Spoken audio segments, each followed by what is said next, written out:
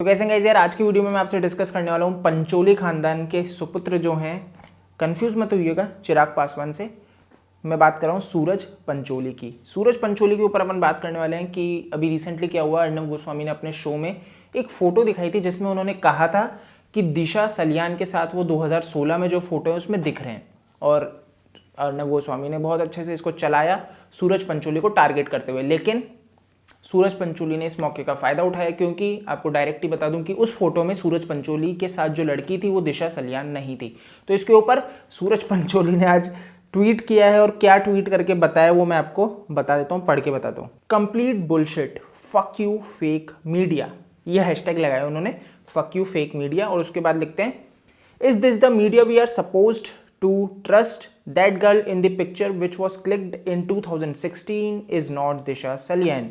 That is my friend Anushri Gaur who doesn't even live in India. तो simply इन्होंने ये कह दिया कि जो लड़की उस फोटो में दिख रही है 2016 की वो फोटो है, और उसमें दिशा सलियान जिसको अर्नब गोस्वामी कह रहे हैं वो उनकी दोस्त है अनुश्री गौर, जो इंडिया में नहीं रहती है। और इवन उन्होंने उसको टैग भी किया है, उसका हैंडल है agor21, ठीक है। उसके आगे वो लिखते हैं, please stop brainwashing people and please stop harassing me and dragging me into this. मतलब आप लोगों को ब्रेन वॉश करना बंद करिए, मुझे हरेस करना बंद करिए, और इन सब चीज़ों में मुझे घसीटना बंद करिए। Start being responsible of your actions as it can ruin someone's life. आपको अपने एक्शंस के ऊपर रिस्पॉन्सिबल होना चाहिए, क्योंकि किसी की ज़िंदगी के साथ खिलवाड़ कर सकते हैं। मतलब ये सूरज पंचोली कह रहे हैं, जिनका जिया खान वाला केस तो पूरी दुनिया में जग जाहिर है। आगे पढ़ते हैं। I have said this before and I am saying it again, I have never met और spoken to Disha Salian in my life.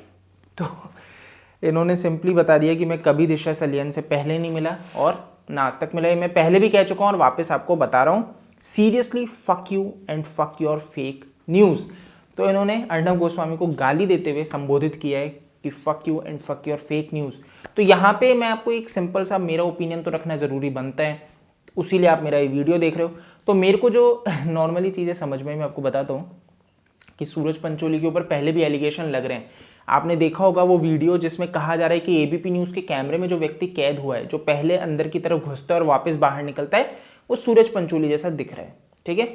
सूरज पंचोली की जैसी हरकत करता है। अब एक फोटो और वायरल हुई थी, अगर आपने देखा हो, जिसमें जो डेड बॉडी को उठा रहा था व्यक्ति सुशांत सिंह राजपूत की, वो थोड़ा सा दिख रहा था आदित्य पंचोली के जैसा।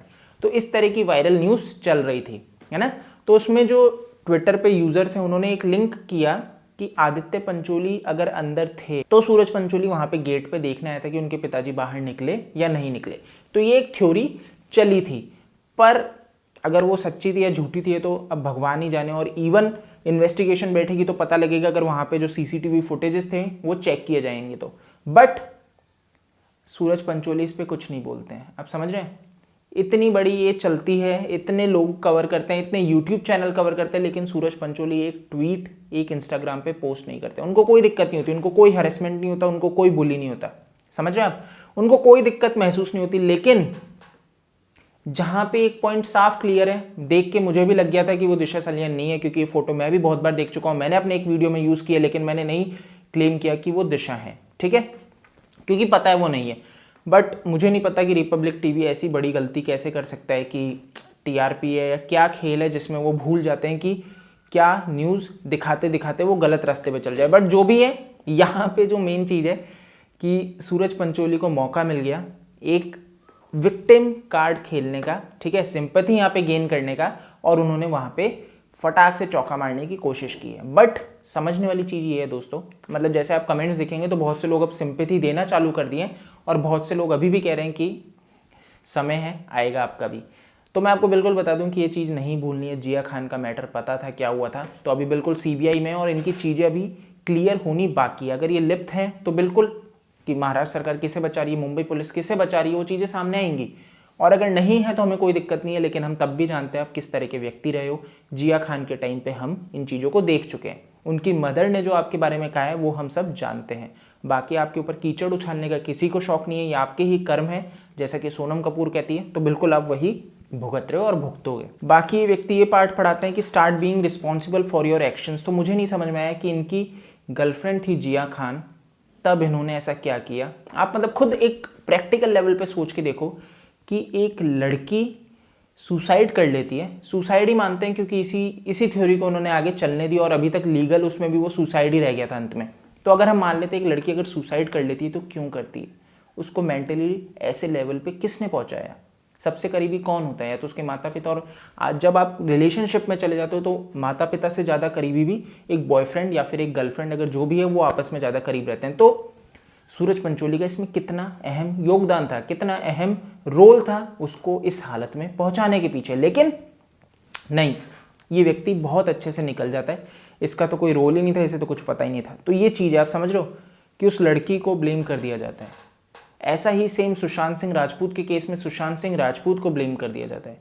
महेश भट्ट बोलते हैं मुझे पहले से ही दिख रहा था कि सुशांत सिंह राजपूत की ये हालत जाएगी। बाकी अब सीबीआई में जा चुका है मैटर, तो मेरे को बिल्कुल उम्मीद है कि ऐसे लोगों को सज़ा मिलेगी, इनके किए का इनको भुगतना पड़ेगा। बाकी ये अपडेट मैं आपके साथ शेयर करना चाह रहा था कि आखिर उन्होंने क्या दिया है, और मेरे को भी पढ़ के लगा कि व्यक्ति को मिल गया। तो मैं इसीलिए बार बार बोलता हूँ कि ऐसी न्यूज़ मत फैलाओ विदाउट फैक्ट्स जो हो। तो इससे क्या होता है, ऐसे लोगों को मौका मिल जाता है और फिर वो सिंपैथी गेन करने का कार्ड फटाक से फेंक देते हैं। बाकी इसमें छवि बिगड़ती है उन लोगों की जो बिना सोचे समझे ऐसी न्यूज़ फैला देते हैं। सो गाइज, आई होप कि आपको वीडियो समझ में आएगा, और अगर समझ में आए तो इसको लाइक करो, शेयर करो, और दिल से दिल तक चैनल को सब्सक्राइब जरूर से कर लेना जाने से पहले। और जिन्होंने कर रखा है वो एक बार चेक कर लें कि उन्होंने बेल आइकन को प्रेस किया है या नहीं किया है, क्योंकि बहुत से लोग मुझे कह रहे थे कि उनको नोटिफिकेशंस नहीं आते हैं। तो बिल्कुल बेल आइकन भी प्रेस कर देना। और इस तरह की वीडियो मैं डालता रहता हूं, तो आप मेरे को फेसबुक, ट्विटर, इंस्टा पे भी फॉलो कर सकते हो, वहां पे मुझसे डायरेक्ट बात करने के लिए। OSKD मेरा यूजर नेम है। तो जल्दी मिलूंगा नई वीडियो में।